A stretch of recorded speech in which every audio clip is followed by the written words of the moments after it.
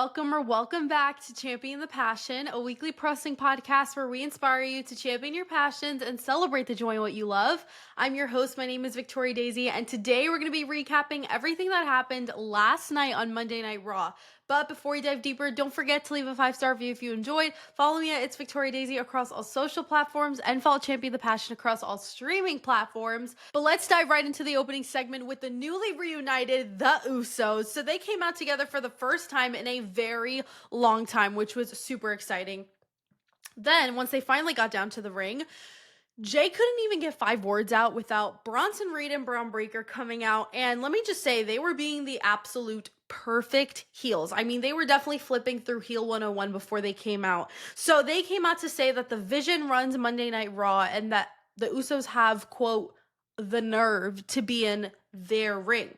Then something really funny happened. So Braun Breaker then got on the mic because Bronson Reed kicked it off. And I don't know what he was trying to say or what he was supposed to say, but he basically messed up his lines really bad to the point where he got angry with himself and just started barking. And it was so funny. Bronson Reed was trying to keep it together and not laugh himself. It was honestly like one of those really funny moments. And if you guys missed it, you should go back and watch it. It's a good little cackle.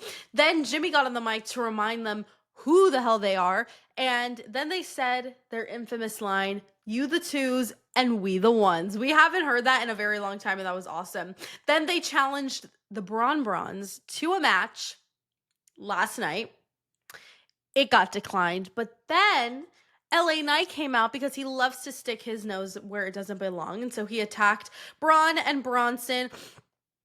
And after it turned into a massive brawl, which ultimately put over the Usos and officially embarked them on this hopefully new run. Although I made a video talking about it. It should be up by now on social media, where Jey Uso was being very jerkish and showing a lot of signs of a potential heel turn soon, possibly at WrestlePalooza. He was butting heads with Jimmy Uso a lot.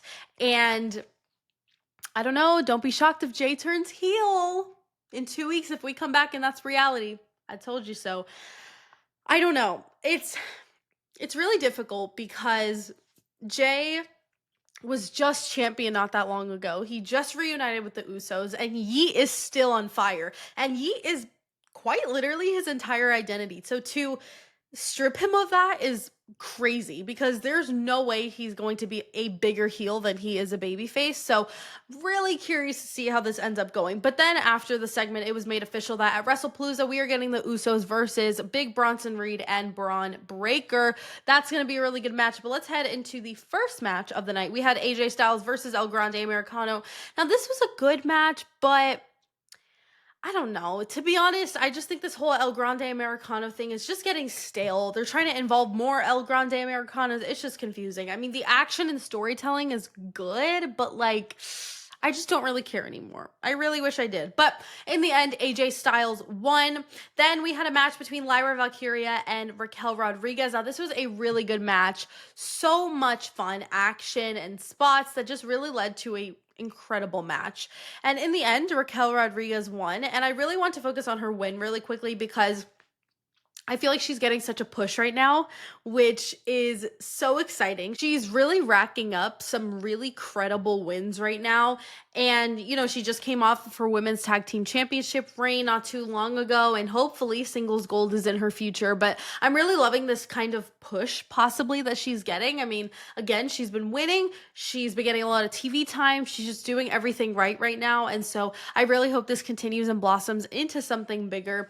Then we got the infamous AJ Lee segment. I had been waiting all night for this and it finally came. So AJ came out with Becky's Women's Intercontinental Championship, which I thought was the funniest thing. And she really cut a great promo reintroducing herself to newer fans that weren't around a decade ago. She said, quote, "If you were confused why your millennial parents were freaking out last Friday, allow me to introduce myself. My name is AJ Lee, and I'm your favorite wrestler's favorite wrestler." That was an amazing line, first of all. And then she said that 10 years ago she retired and thought that that was the end of her story. Then she continued to talk about how within the last 10 years she's accomplished a lot of big dreams that she's had, but she's also had to battle mental health. And she shared some encouraging words to fans saying, quote, "I found a way to turn all of my mental chaos into a superpower." Then she continued to say, quote, "The fight is not easy and every day is a fight. If you are going through the same thing, the fight is worth it. You are worth it." And after she said that, she was doing good until she watched Monday Night Raw and saw Becky lay her hands on her husband. And so she said that in another universe, she thinks that her and Becky could be friends, but not in this one. And then Becky Lynch came out. Becky came out and was being, once again, the perfect heel, crapping on AJ, crapping on Punk, crapping on the fans. And she said that AJ needs to give her title back, but AJ refused.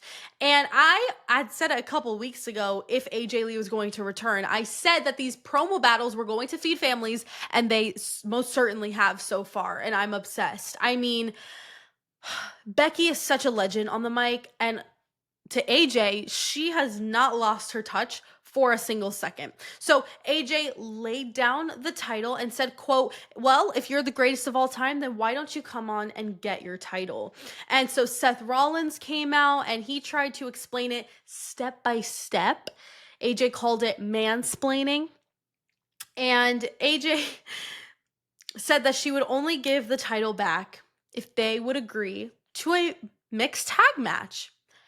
And so CM Punk came out to attack Seth Rollins because he was getting a little bit too snippy with AJ. And then after it was made official, we are officially, why did I say it with an A? We are officially getting the dream match turned into reality. AJ Lee and CM Punk versus the World Heavyweight Champion Seth freaking Rollins and our Women's Intercontinental Champion Becky Lynch at WrestlePalooza next Saturday, September 20th, the inaugural ESPN Premium Live event.